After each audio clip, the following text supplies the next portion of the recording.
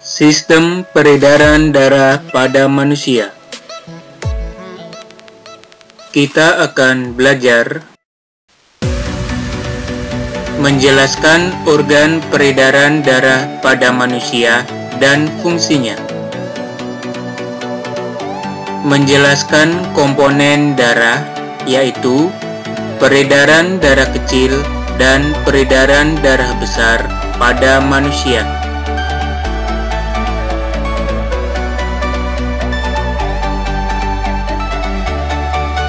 Apakah kalian tahu sistem peredaran darah itu? Sistem peredaran darah adalah suatu sistem yang berguna untuk menyalurkan berbagai zat penting seperti nutrisi dan oksigen dari jantung ke seluruh tubuh. Sistem peredaran darah pada manusia ada dua, yaitu 1. Peredaran darah tertutup. Pada peredaran darah tertutup, darah mengalir dari dalam pembuluh darah yang saling berhubungan. Peredaran darah ganda. Pada peredaran darah ganda, darah mengalir ke seluruh tubuh dengan melewati jantung 2 kali. Selanjutnya adalah organ peredaran darah.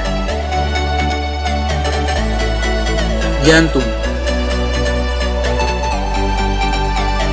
Jadi, ini adalah gambar dari jantung.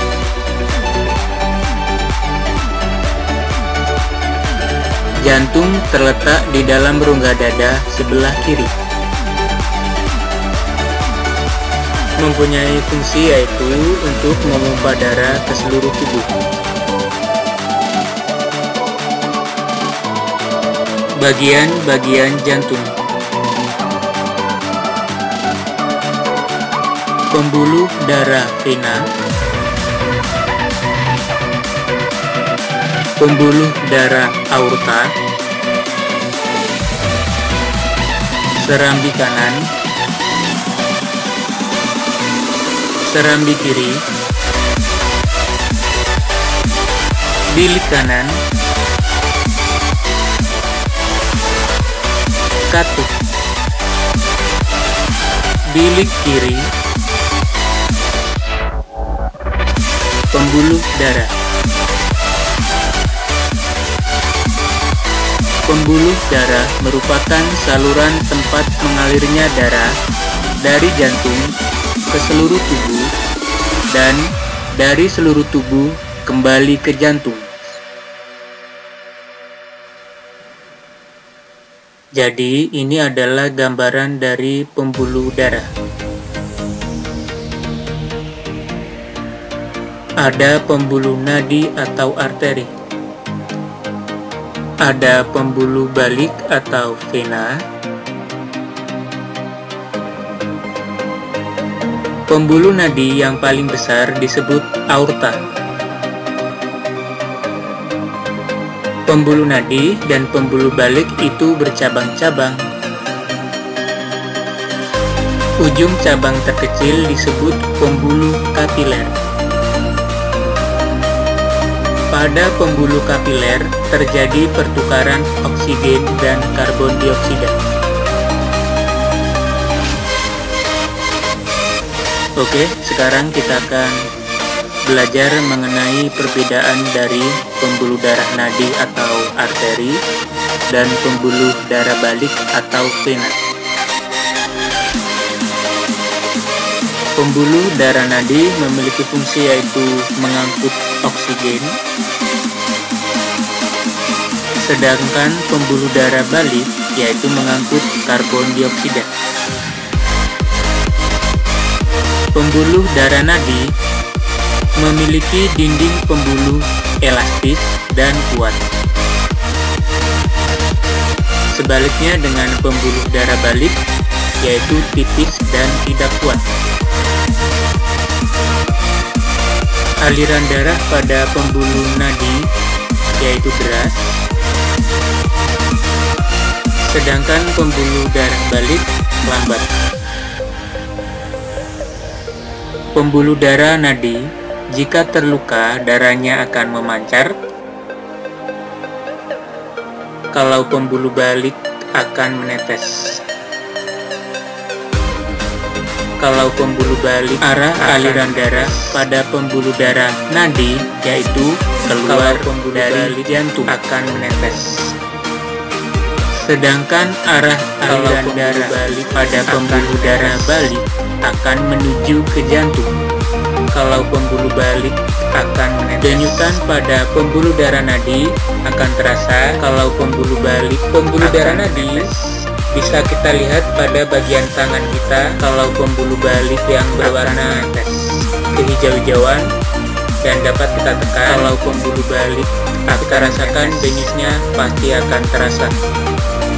Kalau pembuluh balik akan menetes. Sedangkan pembuluh darah balik denyutnya tidak akan terasa. Kalau tadi kita sudah mempelajari dan menyimak tentang bagian-bagian dari jantung, maka untuk selanjutnya kita akan mempelajari apa sih fungsi pembuluh darah itu pada jantung. Ini adalah bagian-bagian jantung, dari bagian kepala dan tangan sampai bagian tubuh dan bagian jantung itu sendiri. Ini adalah gambar versi lengkapnya. Bagian kepala dan tangan yang saya singkari dengan warna merah. Ini bagian jantungnya. Yang terakhir bagian tubuh.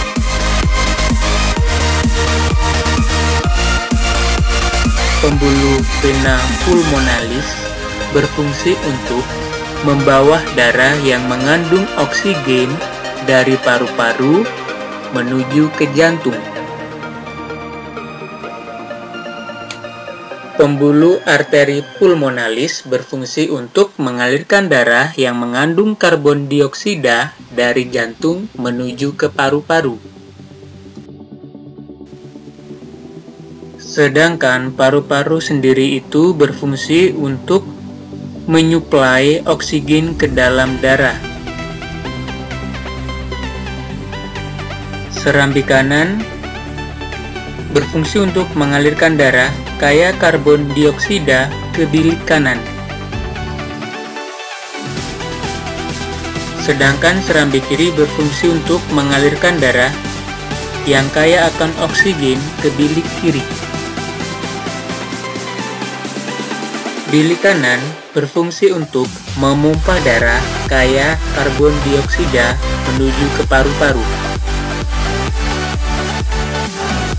Yang terakhir yaitu bilik kiri berfungsi untuk memompa darah yang kaya akan oksigen menuju ke seluruh tubuh.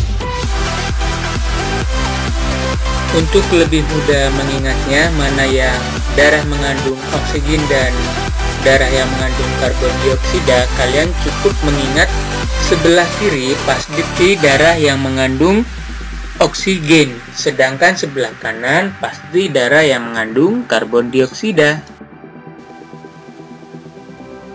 Komponen-komponen darah pada manusia, yang pertama ada plasma darah, memiliki 55% kandungannya pada tubuh manusia. Selanjutnya leukosit atau sel darah putih dan trombosit atau keping darah memiliki kandungan kurang lebih dari 1%. Yang terakhir yaitu eritrosit atau sel darah merah memiliki kandungan 45% pada tubuh manusia. Plasma darah berfungsi untuk mengangkut sel-sel darah untuk kemudian diedarkan ke seluruh tubuh bersama nutrisi dan hormon untuk membantu menjaga keseimbangan cairan tubuh. Sedangkan leukosit atau sel darah putih berfungsi untuk melawan infeksi virus, bakteri, jamur yang memicu perkembangan penyakit. Trombosit atau keping darah berfungsi untuk membantu pembekuan darah dan penyembuhan luka. Eritrosit atau sel darah merah berfungsi untuk mengangkut oksigen dan karbon dioksida. Pada manusia ada dua peredaran darah yang akan kita bahas pada kesempatan kali ini, yaitu peredaran darah besar maupun peredaran darah kecil. Peredaran darah besar yaitu darah mengalir dari jantung menuju ke seluruh tubuh lalu kembali ke jantung. Dapat kita ingat menggunakan huruf J, P, J yang artinya dari jantung menuju ke tubuh kembali ke jantung. Dapat kita lihat di gambar layar kaca HP atau komputer kalian.